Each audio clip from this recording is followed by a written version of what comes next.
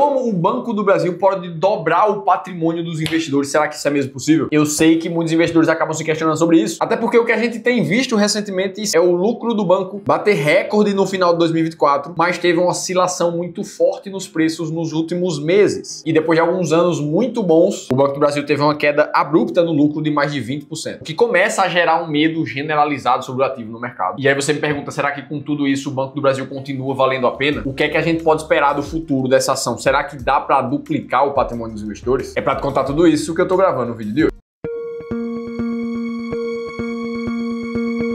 Vamos lá, e aqui a gente tá falando de um dos maiores bancos do Brasil, o mais tradicional desse nicho na bolsa, mais de 200 anos de história. Aqui a gente vê inclusive umas imagens do primeiro prédio do Banco do Brasil, localizado ali na Rua da Alfândega, no Rio de Janeiro. E mesmo depois de tanto tempo, os resultados do banco continuam surpreendentes. No final do ano passado, ele bateu quase 38 bi de lucro, batendo seu recorde, superando a marca dos 35 bi que ele tinha feito em 2023. E ao longo do seu histórico recente, o Banco do Brasil também demonstra uma certa resiliência depois das crises. Se a gente volta um pouquinho para 2015, por exemplo, enquanto a gente vivia um caos político aqui no Brasil, as ações chegaram a cair 50%, sendo que nos 2 anos seguintes a gente viu uma alta de mais de 200%. Quando a gente vai para 2018, por exemplo, medo de recessão ali por causa das eleições, a gente vê uma queda de 20% e depois, no ano seguinte, uma alta de 95%. E claro, o período da pandemia ali no ano 2020, onde as ações do Banco do Brasil chegaram a cair praticamente 40% ali naquele momento, 46%, e no período subsequente, dos próximos anos, a gente viu uma alta que chegou até 186% pelas ações. E aí, recentemente, os resultados do banco foram divulgados e o primeiro trimestre ficaram com expectativas meio negativas para o Banco do Brasil, o que gerou uma queda muito forte de praticamente 14% num dia só. E as grandes casas de análise aqui do Brasil começaram a rever suas recomendações. O BTG Pactual, por exemplo, rebaixou o Banco do Brasil como neutra, dizendo que as coisas poderiam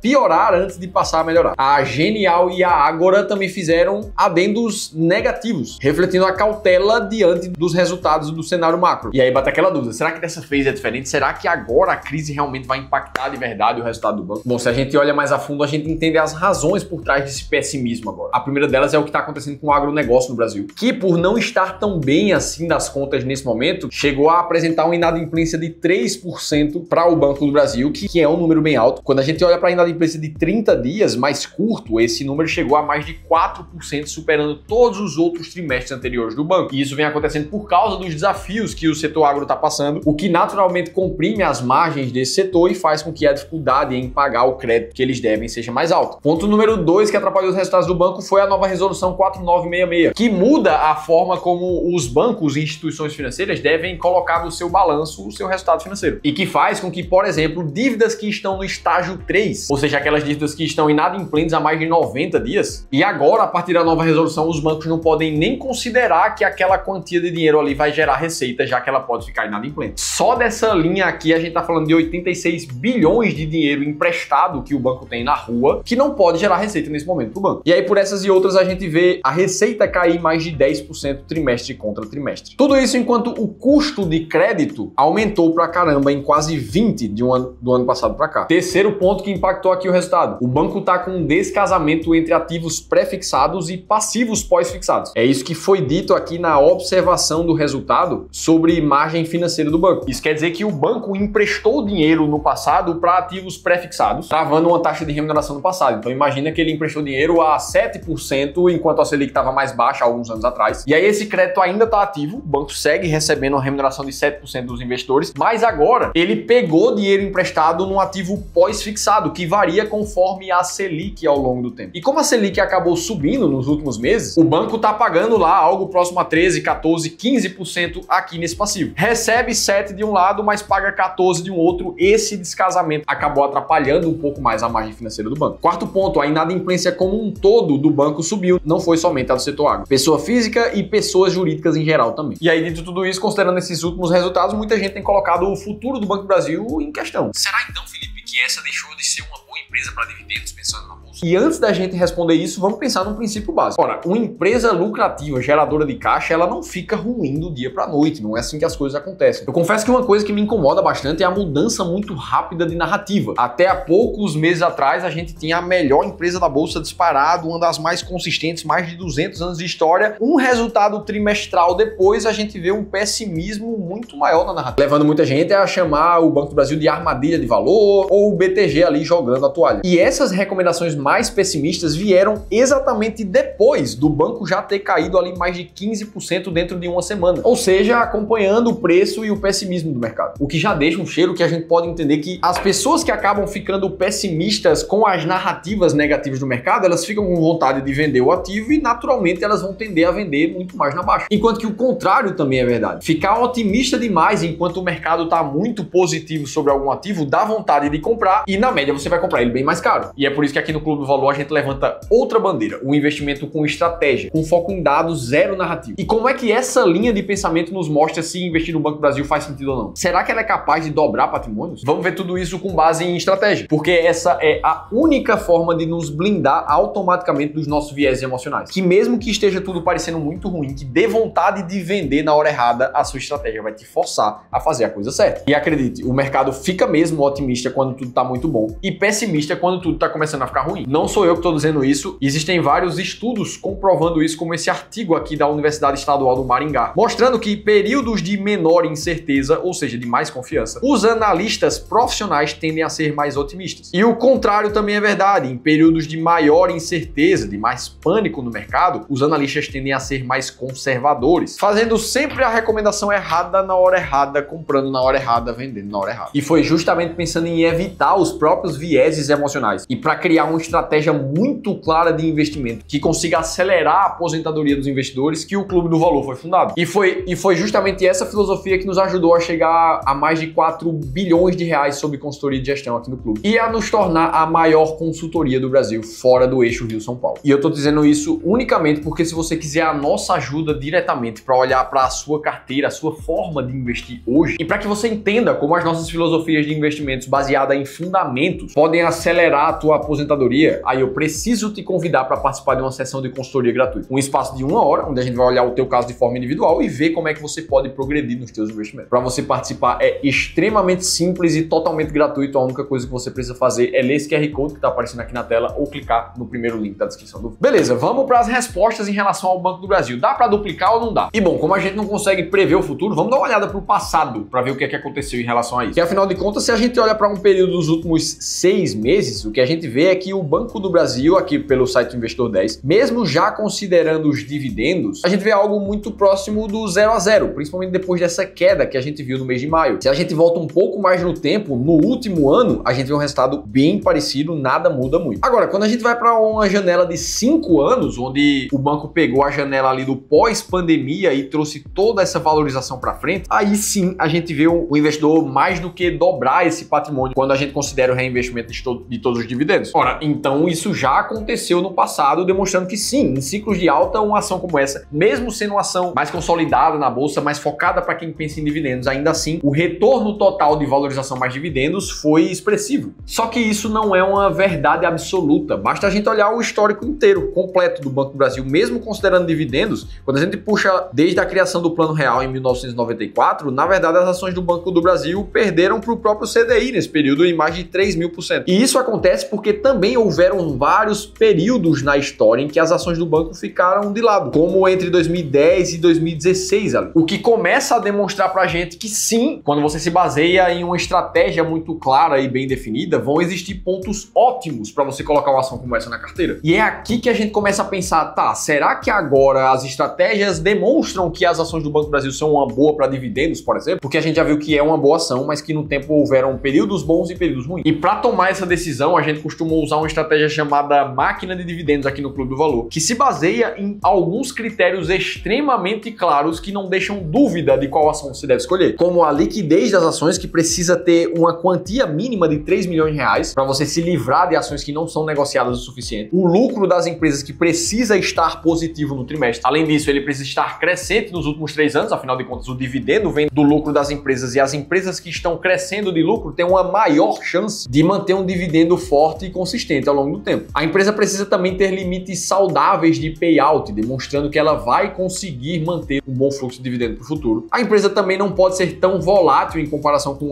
o restante da amostra. E é óbvio, ela precisa ter um alto pagamento de dividendos na média dos últimos 36 meses. Depois de passar por todos esses critérios, a máquina de dividendos encontra as 10 ações que mais pagam dividendos na bolsa. E o lado bom de ter uma estratégia clara assim é que você consegue testar ela no passado e perceber que nos últimos pouco mais de 20 anos, a máquina de dividendos teve uma performance 4 vezes maior do que teve o índice Bovespa no mesmo período. Dito tudo isso, como é que está o Banco do Brasil sob a ótica da máquina de dividendos? E o que a gente vê para o lucro do Banco do Brasil nesse momento é uma direção crescente nos últimos anos, e 2024 foi o recorde de lucro. Aqui não está correto, mas o que a gente vê é que nos últimos 4 anos o lucro está sim crescente, dando um dos checks da estratégia. O payout do banco, que em alguns momentos chegou a bater quase 70%, também está bem saudável, segundo as métricas da estratégia. E por consequência, os dividendos pagos chegaram a multiplicar por mais de 7 vezes nos últimos quase 10 anos. E é justamente por passar por esses filtros e estar com uma média ponderada de dividendo nos últimos 3 anos de quase 8,5% ao ano que sim, o Banco do Brasil está entre as 10 maiores pagadoras da bolsa. Não é por narrativas, é por base em estratégias. Agora, as ações do Banco do Brasil sozinhas vão fazer uma boa carteira de investimentos para você?